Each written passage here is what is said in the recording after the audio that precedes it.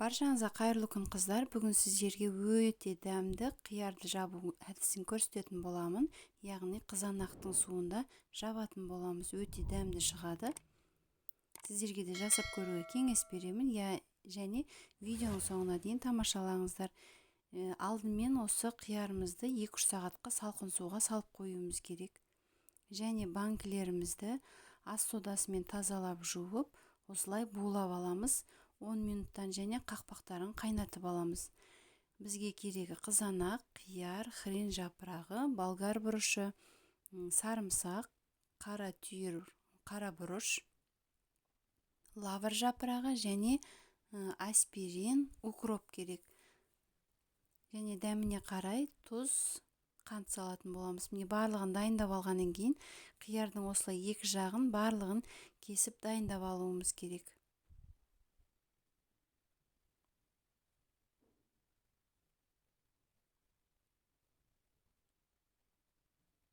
Және қызанағымызды ет тартқыштан өткізіп 10 минут қайнатып алуымыз керек.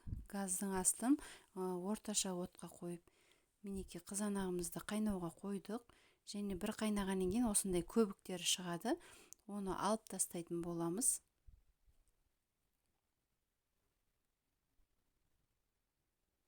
Және 10 минут қызанағымыз қайнағанша банкіге керектерімізді салатын боламыз. Укропты, хрен жапырағын, сарымсақ, 5-6 түйір қара бұрыш, лавр жапырағын салып, енді қиярларымызды осылай тігінен тізіп шығатын боламыз.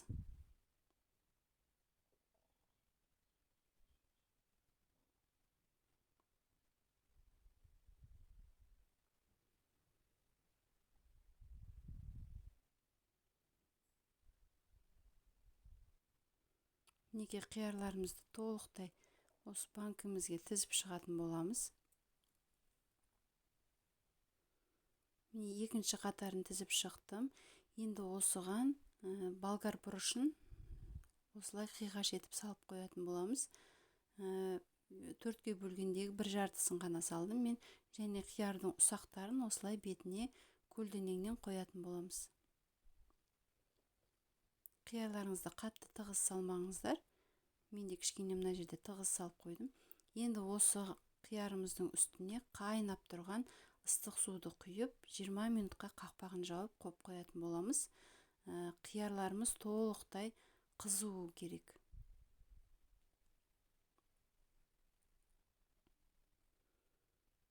Мінекей 20 минут өтті. Енді осы суымызды бірінші құйған төгіп тастайтын боламыз. Бұл судың бізге қажеті жоқ.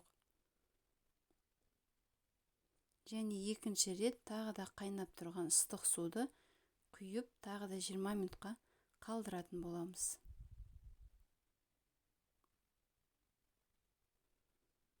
Мінекей екінші рет құйып жатырмын ыстық суды. Қайнап тұрған су құюларыңыз керек.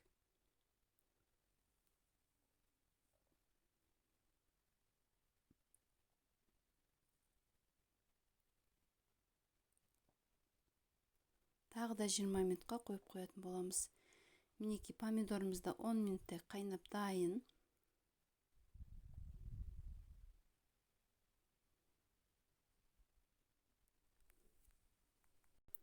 Міне 20 минут өтті. Екінші рет тағы да суын төгіп тастайтын боламыз. Бізге суы қажет емес. Енді осының үстіне 2 ас қасық тұз, 1 ас қасық қатты толтырмай қант саламыз. Және 2 литрлік банкіге 2 аспирин салатын боламыз. Және осы қайнап тұрған помидордың суын үстіне құятын боламыз.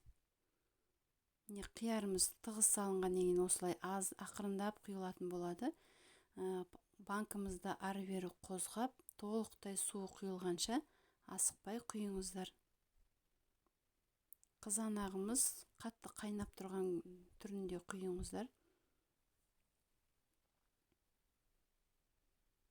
Мінекей осылай қолымызбен қозғалсақ, ішіндегі бос ауалары шығатын болады және су құйылмаған жерлерге толықтай құйылатын болады. Осылай қолымызбен шайқап жіберуіміз керек.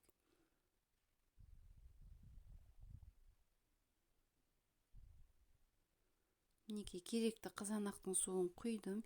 Енді осыны жақсылап банкі жапқыш құралымен осылай дөңгелетіп жауып алатын боламыз.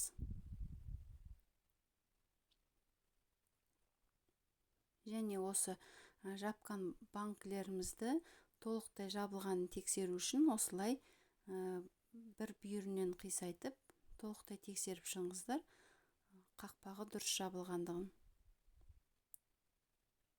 Мінекей барлық банкілерімізді осылай құйып, осылай қолымызбен айландырып, тексеріп, банкіні жабатын құрылғымен крышка қақпақтарын жауып, тексеріп алатын боламыз. Және барлығын төңкеріп, үстін жылылап жауып,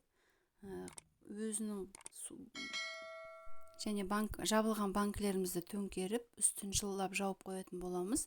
Өзі ақырындап суығанша жарты күн немесе бір күн төңкеріліп тұратын болады. Мінекей барлығын осылай жауып тексеріп алдым. Мінекей банкілеріміз дайын. Мінекей қысқа дайындаған банкіміз, қиярларымыз дайын, өте дәмді шығады. Сіздер де жасап көріңіздер. Және менің каналыма дамуына үлес қосып тіркелуді ұмытпаңыздар.